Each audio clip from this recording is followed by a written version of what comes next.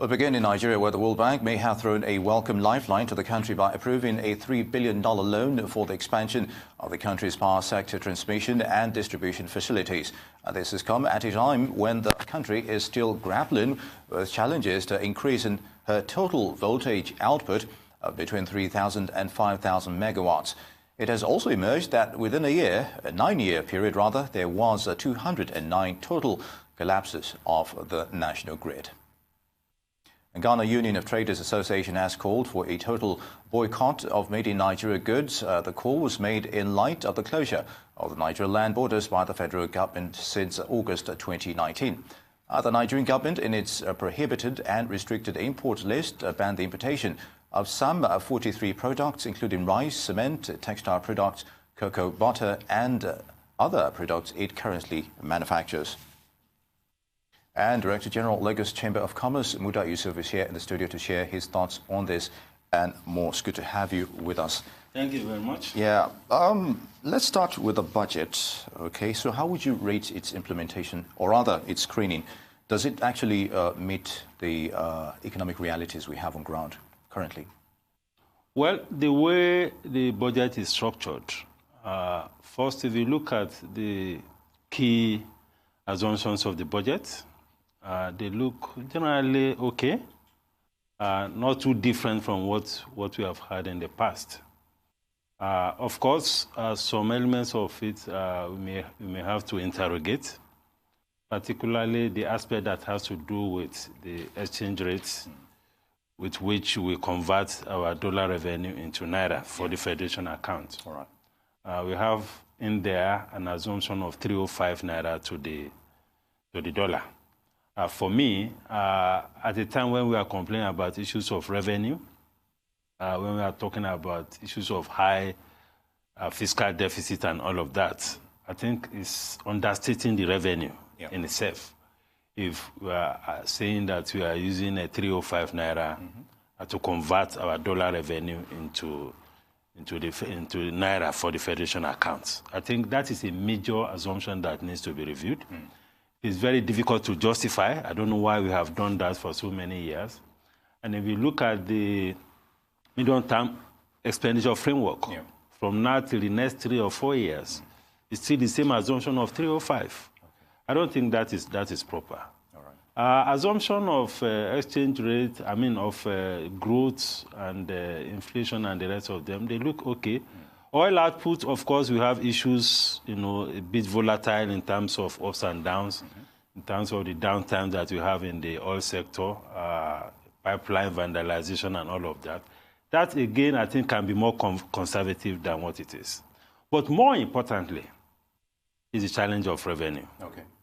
I think expecting a revenue of about just slightly over 8 trillion naira, I think is a bit optimistic, having regard to the track record of revenue performance.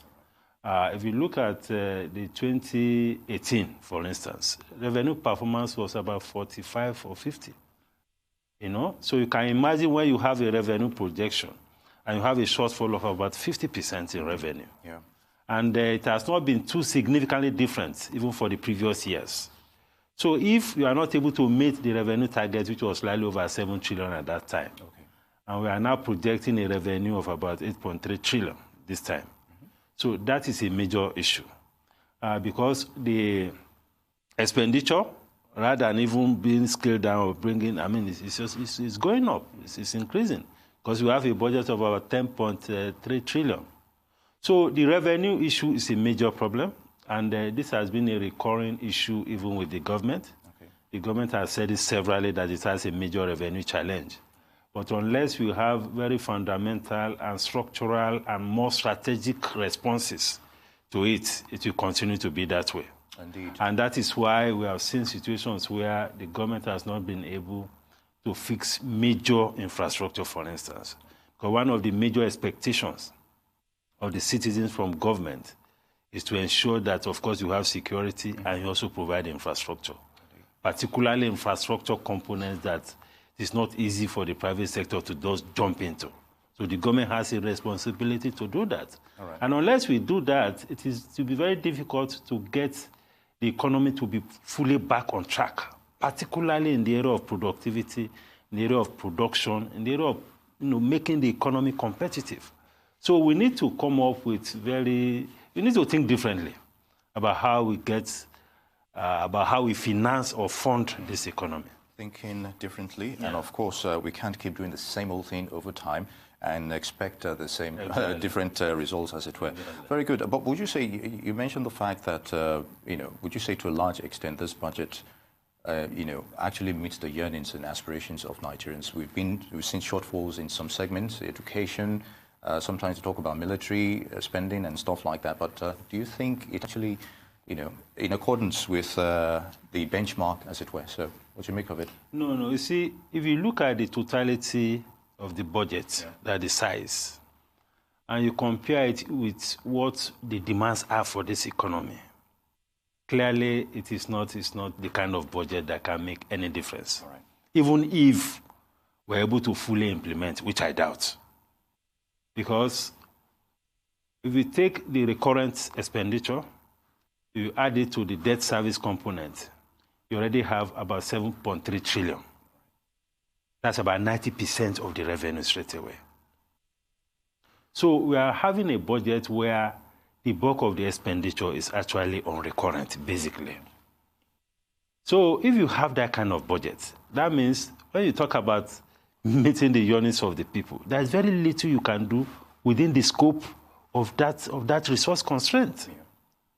So unless we have a policy framework that complements the budget in a way that you can get some other forms of financing, possibly from the private sector, to fill some of these gaps, we are not likely to see any major impact in terms of what the budget, because the gap is huge in terms of the deficit that we have, both in the physical infrastructure space, in the social infrastructure space, education, security, and all of those. The gaps are huge. Very good. Now let's go to the border closure effect, as it were. Now Ghana is thinking about boycotting Nigeria's, made in Nigerian goods, and of course the flow of movement of goods and services between Nigeria and Ghana, of course.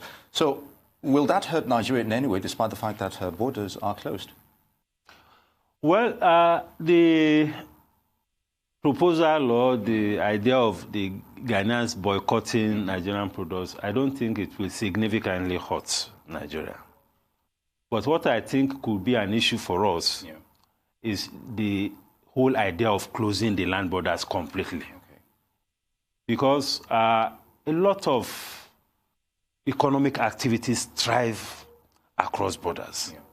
A lot of economic activities thrive along the land borders. 90%, close to 90% of the trade within the sub-region takes place by road. Yeah. So if you are closing the land border, that means you are shutting completely the trade within the sub-region. Sure. And first, we have quite a number of informal sector traders, that do a lot of businesses along the West African, along the borders. Not just Seme and Idiroko. A lot is happening also in the northern part of the country. And it's not just about bringing things into the country. It's also about exports. Quite a number of agricultural products, grains, onions, and the like are exported. Quite a number of our manufactured products produced here in Nigeria, a lot of them are also exported. And we have a lot of traders that come from the neighboring countries to buy things here. Quite a number of things that we even import into this economy are also re-exported into the West African sub-region, because in many ways, Nigeria is the commercial hub of the sub-region. Very good. Commercial hub of the sub-region. Yes. Now, Ghana's proposal, if it goes through, as it were, and Nigeria's border closure, doesn't this go, against the spirit of ECOWAS as a bloc in itself? And of course, we being a signatory to the African Free Trade Agreement. So what do you make of it? You see, over time, there has been flagrant violation and breaches of ECOWAS protocol. All right. By Nigeria and by many other countries. Okay. If you talk to business people that do business across the sub-region, they will tell you the tales of woes, of what they go through doing business across the sub-region. Starting from Benin to Togo to sometimes Ghana, Cote d'Ivoire, and Senegal, and the rest of them. Yeah. So there has not been sufficient commitments politically to the spirit of economic integration in the sub-region, to start with. So this one is just another step that kind of compromises or breaches the protocol. And there's a new thinking or an increasing wave of economic nationalism that is taking place now, that, okay, we have to take care of our country first before we talk about any other thing. So the spirit of Nigerian first, now the Ghanaians are talking about Ghana first, and so on. Protectionism is coming to play here. It's coming to play, and it's posing a great threat to all this idea of economic integration. Yeah. And for me, this is also it's not a good signal to what is likely to happen even with the African Continental Free Trade Agreement that we just signed. Because the prospects for me are not looking so bright. All right, on that note, do you think the government itself, Nigerian government, has achieved its objective with this border closure? Well, partially, but what I'm worried about is that most times when we take steps like this, we celebrate the benefits of it. We don't talk about the cost. And the beauty of economic management, if you really want to ensure that you protect the interests of the people, is to ensure that you have a proper evaluation of the costs and benefits of policy. To the extent that there has been a drastic reduction in the smuggling or imports from the neighboring countries, particularly rice, I think something has been achieved. But again, it's also an indication that we have a major institutional problem in terms of policing the borders. Because you cannot shut the borders indefinitely. So if you close the border and suddenly there's a change in terms of compliance, that means that the capacity, the institution to